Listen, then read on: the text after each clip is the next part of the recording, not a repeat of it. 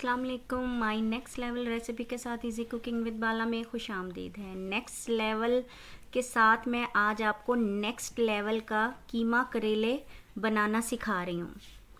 देखें, आप इसको मटन में बनाएं या चिकन के कीमे के साथ बनाएं, मैं कहूँगी लेवल अप हो जाएगा। ये मैं नहीं कहूँगी आपको, आप बनाएंगे तो आपको पता चल जाएगा कि कितना इजी और कितना मज़ेदार बना है। यकीन करें, ट्रस्ट मी, एक बार बनाना तो बनता है। ज़रूर बनाएं, बहुत आसान तरीके से है और बहुत ही, मैं कहती हूँ, लोग पूछेंगे कि कैसे बनाया है। 1% भी मैं गारंटी देती हूँ कि इसमें करेलों की कड़वाहट नहीं है।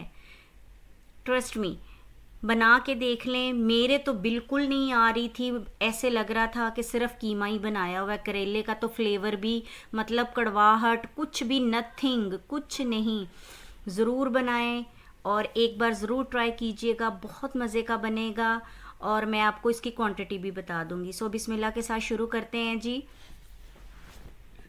देखें, मैंने 1 केजी करेले ले लिए थे और मैंने इसको देखें बारीक बारीक पीस लिया और 1 घंटा पहले मैंने इसमें 1 चम्मच चीनी, 1 टीस्पून हल्दी और 1 चम्मच भर के नमक का शामिल करके इसको थोड़ा सा आड़ा करके रख दिया था ताकि इसका पानी निकल जाए। ये आधे मैंने वॉश कर लिए हैं अच्छी तरह मल मल के, और ये दूसरा बैच था, है ये 1 केजी। और इसको अब मैं वॉश करके आपको दोबारा सारे इकट्ठे करके बताती हूँ ये कैसे हैं। ठीक है, ये देखें, पैन को मैंने फुल गर्म किया है बगैर ऑयल के और इसके अंदर मैंने डाल दिए हैं करेले।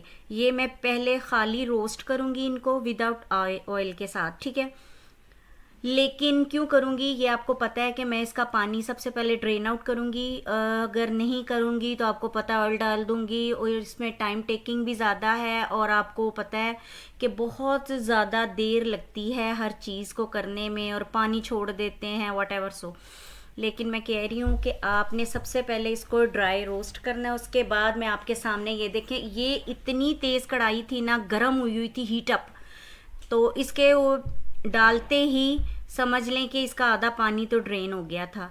तो इसके बाद ये देखें 1 मिनट मैंने इसको फ्राई किया है। देन मैं इसमें ऑयल शामिल कर रही हूँ। ये देखें आपके सामने, मैं इसमें आधा कप ऑयल का शामिल करूँगी और इसका ऑयल वेस्ट नहीं होगा। इसको हम ऑयल से निकालेंगे तो उसके बाद इसी ऑयल में थोड़ा सा और ऑयल शामिल करके तो रिमेनिंग जो हमारा खाना है वो हम तैयार करेंगे, ठीक है। ये देखें, आपने आंच को बिल्कुल हाई रखना है, लो नहीं करना है। इसको फ्राई करते हैं। जितनी देर में ये फ्राई होते हैं, मतलब 3/4 ये देखें डन हो गए हैं। करते करते आपने इसको बिल्कुल काला नहीं कर देना या बहुत डार्क ब्राउन नहीं कर देना। ये देखें पिंकिश से हो गए, इसमें हल्का कलर भी आना शुरू हो गया है। तो इसके साथ ही मैं इसके ऊपर, यानी जो मैंने 1 केजी के हिसाब से मैंने 1 केजी ही प्याज काटा है, उसमें से मैं समझ लें कि 1 पाव प्याज इसके अंदर शामिल कर दूंगी। मैंने सिर्फ दिखाया है, शामिल मैं बकाया बाद में करूंगी। ये देखें 1 पाव मैंने प्याज इसके अंदर शामिल कर लिया और मैं इसके साथ ही फ्राई करूंगी। अदर पर्सन ऐसे करते होते हैं, पहले करेले निकाले फिर प्याज को फ्राई किया। अगर आप इस तरह प्याज करेंगे ना तो करेलों की जो कड़वाहट है वो भी ख़त्म हो जाएगी। कैसे? इस तरह के प्याज होता है मीठा। जब आप इसको करेलों के साथ फ्राई करते हैं ना तो इसकी मिठास से करेलों की कड़वाहट बहुत हद तक कम हो जाती। मेरे में तो आई ही नहीं, मैं तो हले चाह रही थी कि कड़वे थोड़े से हों, जो कि मुझे पसंद है। अब ये देखें, ये जब सॉफ्ट हो जाएगा ना, प्याज पिंक नहीं होगा, बहुत अच्छा सॉफ्ट हो जाएगा। उसके बाद मैं इसको, ये देखें, निकाल रही हूँ और ये देखें मैं इसको ड्रेन करके अच्छे से निकाल रही हूँ। बाकी ऑयल ये मेरे पास है और इसमें मैंने आधा कप और ऑयल का शामिल कर दिया है, ठीक है। क्योंकि 1 केजी प्याज है, 1 केजी मेरे पास करेले थे और ये रिमेनिंग जो प्याज है ये मैंने इसके अंदर डाल के इसको अब मैंने फ्राई करना है। ये आप डायरेक्ट प्रेशर में भी कर सकते हैं, लेकिन ये है कि विजिबिलिटी के लिए मैंने दिखाने के लिए आपको कढ़ाई में डाला है, आपको नज़र आ जाए, नहीं तो ये शशके सिर्फ इधर ही हैं। आप जल्दी से इसको प्रेशर में ही करें। जो बकाया मैं प्रोसीजर करूँगी आप देन उसमें कर लीजिएगा। बर्तन आहो ज़्यादा ना किया कीजिए ताकि आपको थोड़ा मसले हो जाएं। ये तो मैं सिर्फ आप लोग के आसानी के लिए बता रही हूँ। ये जो फ्राई किए हुए करेले और प्याज हैं वो है। ये 1 केजी मेरे पास कीमा है और चिकन का, ये मैंने खुद ही घर पे बनाया, जैसे मैं ब्लेंडर में कहती हूँ बना लें, ठीक है। और 1 पाव से ज़्यादा मेरे पास यहाँ टमाटर हैं और टमाटरों को मैंने ब्लेंडर में डाल के विदाउट पानी ये देखिए चंकी चंकी सा, लेकिन छिलका नज़र ना आए। ये देखिए चंकी चंकी से मैंने प्याज ये टमाटर सॉरी कर लिए।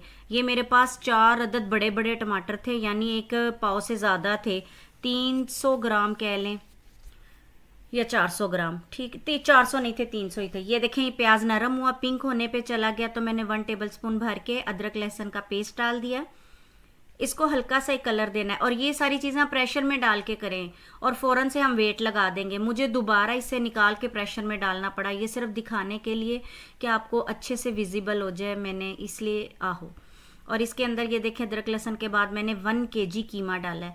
आप सोचेंगे कि इतना सारा कीमा, आप 1 पाव कीमे में बना लें, आधा किलो में बना लें, 3 पाव में बना लें। मैंने इसलिए डाला है कि जो लोग करेले नहीं ना खाते हैं, आज मैं आपको 2 हांडियाँ बताऊंगी कैसे है, मतलब कि फिर मैंने इसमें से कीमा निकाल लिया था उनके लिए कि जो करेले नहीं खाते हैं वो कीमा खा लें। और मैंने कीमा कैसे बनाया था मैं आपको बताऊंगी, जैसे बाय 1 गेट 1 फ्री होता है ना, आज आपके ये शशके होने वाले हैं, ठीक है। और इसके साथ ये देखें मैंने 1 टेबलस्पून ज़ीरा और 1 टीस्पून सौंफ को अच्छी तरह कूट के पाउडर बना के वो मैंने इसके अंदर शामिल कर दिया है। नमक शामिल कर दिया है मैंने हल्के हाथ का 1 टीस्पून, बाद में एंड पे डालिएगा, ठीक है। हल्दी डाली है 1 टीस्पून, आपने ज़्यादा नमक नहीं डालना क्योंकि हमने करेलों में लगाया हुआ था। और ये 1 टेबलस्पून भर के पिसा धनिया, ये टीस्पून था इसलिए मैंने 2 डाल दिए, ठीक है। उसके बाद मैंने 1 टेबलस्पून इसमें डाल देनी है लाल मिर्च का पाउडर भर के, और इसके साथ ही आप इसमें कुटी हुई लाल मिर्च शामिल कर सकते हैं। अनफॉर्चुनेटली मेरे पास नहीं थी इसलिए मैंने नहीं ऐड ऑन की, लेकिन हो तो आप 1 टीस्पून डाल दें। और ये मैंने 1 टीस्पून से ½ टीस्पून तक मैंने काली मिर्च पिसी हुई डाल दी है, ठीक है। और ये कलौंजी सुन्नत रसूल दुरूद शरीफ पढ़ के आप ज़रूर डालें। इसको अच्छे से मिक्स कर रही हूँ, और मिक्स करने के बाद इसको मैं कोई भून शून नहीं रही हूँ क्योंकि मैंने आपसे कहा था ये वाला प्रोसीजर करके आपने वेट लगाना है। अब मुझे दोबारा कन्वर्ट करना पड़ेगा प्रेशर कुकर में, सिर्फ दिखाने के लिए मैं आपको बता रही हूँ। अब इसके अंदर मिक्स करने के बाद मैं टमाटो की ये जो मैंने अभी चंकी सी प्यूरी बनाई है ये मैंने ऐड ऑन कर दी है। और अब इसको मिक्स करने के बाद मैंने इसको प्रेशर लगा दिया था। जब विसल स्टार्ट होगी बोलना, उसके बाद मैंने 4 मिनट और उसी स्टीम में रहने दिया था। और 1-2 हरी मिर्चें इस दौरान आप शामिल करके फिर प्रेशर में डाल दें, और उसके बाद वेट लगा दें 4 मिनट का, फिर उसी स्टीम में रहने दें। उसके बाद देन जब आप खोलेंगे तो उसको भूनना है। फिर मैंने दोबारा इसमें कन्वर्ट किया था, अब मैं प्रेशर में डालने लगी हूँ। आप डायरेक्ट ही ये सारा प्रोसीजर प्रेशर के अंदर करें और साथ ही वेट लगा दें, जल्दी जल्दी झटपट काम हो जाते हैं। अगर आप इसी तरह भी इसको कवर कर देंगे, ढक देंगे, तो आपके आराम से ये 20-25 मिनट ले लेगा, तो कोई ज़रूरत नहीं है इतना टाइम वेस्ट करने की। ये मैंने अब प्रेशर से निकाल लिया, मैंने आपको डिटेल बता दी है सारी, तो कभी डिटेल फॉलो भी कर लिया करें, आहो अपनी मर्जी ना किया करें। अब ये देखें इसका पानी रिड्यूस हो रहा है, और साथ ही मैंने ये जो खाने वाले हैं ना जिसे सालन निकालते हैं, ये मैंने 2 टेबलस्पून दही के शामिल कर दिए। इसके साथ मैं इसको अच्छे से भूनूंगी कि आहो इसका ऑयल सेपरेट हो जाए, बहुत अच्छे से भूनना है। ये देखें अब जो मैंने रिमेनिंग कीमा निकाल लिया था 1-1.5 पाव, ये देखें जो मैंने कहा था, अब वो कीमे में करेले शामिल करूंगी। ये कीमा जिन्होंने करेले नहीं खाने, इसके अंदर आपने डालनी है अदरक, हरी मिर्च, पिसी काली मिर्च, थोड़ी सी पिसी कुटी लाल मिर्च, और मैंने डाली है 1 टेबलस्पून क्रीम और 2 से 4 टेबलस्पून दही के, मतलब वो सालन वाले। इसको अच्छे से भूना है, हरा धनिया डाला है, और मैं कहती हूँ यम हो जाएगा अगर उसमें आप करेले ना डालें। और यही प्रोसीजर जो मैंने बताया आप डाल के कर लें, आपकी क्रीमी कीमा आपका बहुत मज़ेदार तैयार है। इतने मज़े का था कि मैं नहीं बता सकती आपको, ठीक है। अब वो तो मैंने वैसे ही बता दिया जो अलग से निकाला था जिन्होंने करेले नहीं खाने। अब ये वाला कीमा जिसमें करेले शामिल करने हैं, 2 हरी मिर्चें मैंने काट के डाल ली है, लेकिन इसका स्पाइस लेवल चेक तुसी आप करना है, मैं नहीं करना कि तेज़ है कि नहीं तेज़ है, ठीक है। और मेरा तो बिल्कुल ये जैसे शिमला मिर्च होती है ना वैसे टेस्ट था, इसलिए मैंने 2-3 डाल दिए। और नमक टेस्ट करें, नमक मुझे कम लग रहा है, हथौला ही रखा करें ज़रा नमक पे। और गरम मसाला 1 टीस्पून डाल दिया। इसको मिक्स कर रही हूँ, ये अच्छे से भुन गया है। भुनने की निशानी ये है कि इसने साइड्स छोड़ दी हैं, ऑयल को सेपरेट कर दिया है। और ये देखें इसके अंदर भी ये देखें ऑयल शामिल है। ये जो मैंने करेले और प्याज फ्राई किया था ना, इसीलिए मैंने उसमें आधा कप डाला था, बकाया रिमेनिंग ये वाला ऑयल वापस जाना था। इसको अच्छे से करते हैं जी mix mix mix and well mix. अच्छे से मिक्स किया। उसके बाद इसमें मैं डालूंगी 2 टेबल स्पून, मतलब 2 स्पून वही सालन वाले दही के। ये देखिए अच्छा सा मिक्स हो गया। अब मैं इसमें दही शामिल करती हूँ और दही डालने के बाद मिक्स करके इसको मैं दे दूंगी 10 मिनट दम पर। ये देखिए मिक्स करेंगे, क्योंकि दही का अपना पानी है इसलिए स्टीम बहुत अच्छे से बन जाएगी। और 10 मिनट मैं इसको दम पे रखती हूँ, फिर इसका ऑयल सेपरेट हो जाएगा और उसके बाद मैं आपको इसके शशके दिखाऊंगी क्या है। और हमेशा की तरह जब भी मैंने इसको लिड लगानी है तो ये देखें मैंने इसके होल में लौंग लगा दिया ताकि इसकी स्टीम एवेपोरेट ना हो। ठीक है, ये देखें ये इसकी स्टीम अंदर ही रहती है हमेशा की तरह।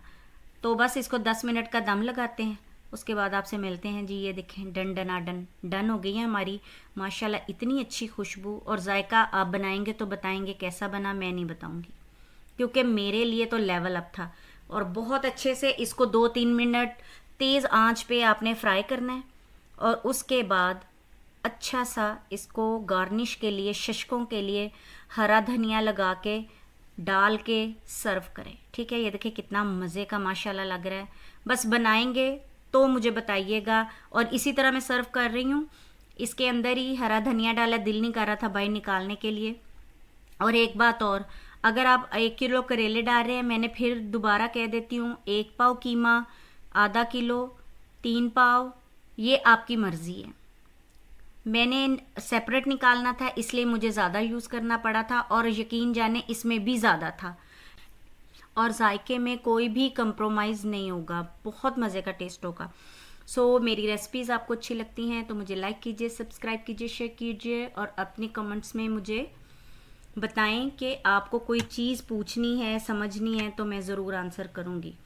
सो मुझे दुआओं में याद रखें। अल्लाह ताला मेरा और आपका दस्तरख्वान ऐसे ही अपनी नेमतों से भरा रखे। आमीन सुम आमीन। इंशाल्लाह नेक्स्ट लेवल रेसिपी के साथ दोबारा हाजिर होंगी। देन तब तक के लिए stay blessed, stay healthy, stay happy. God bless you. Take care, bye bye, अल्लाह हाफिज़।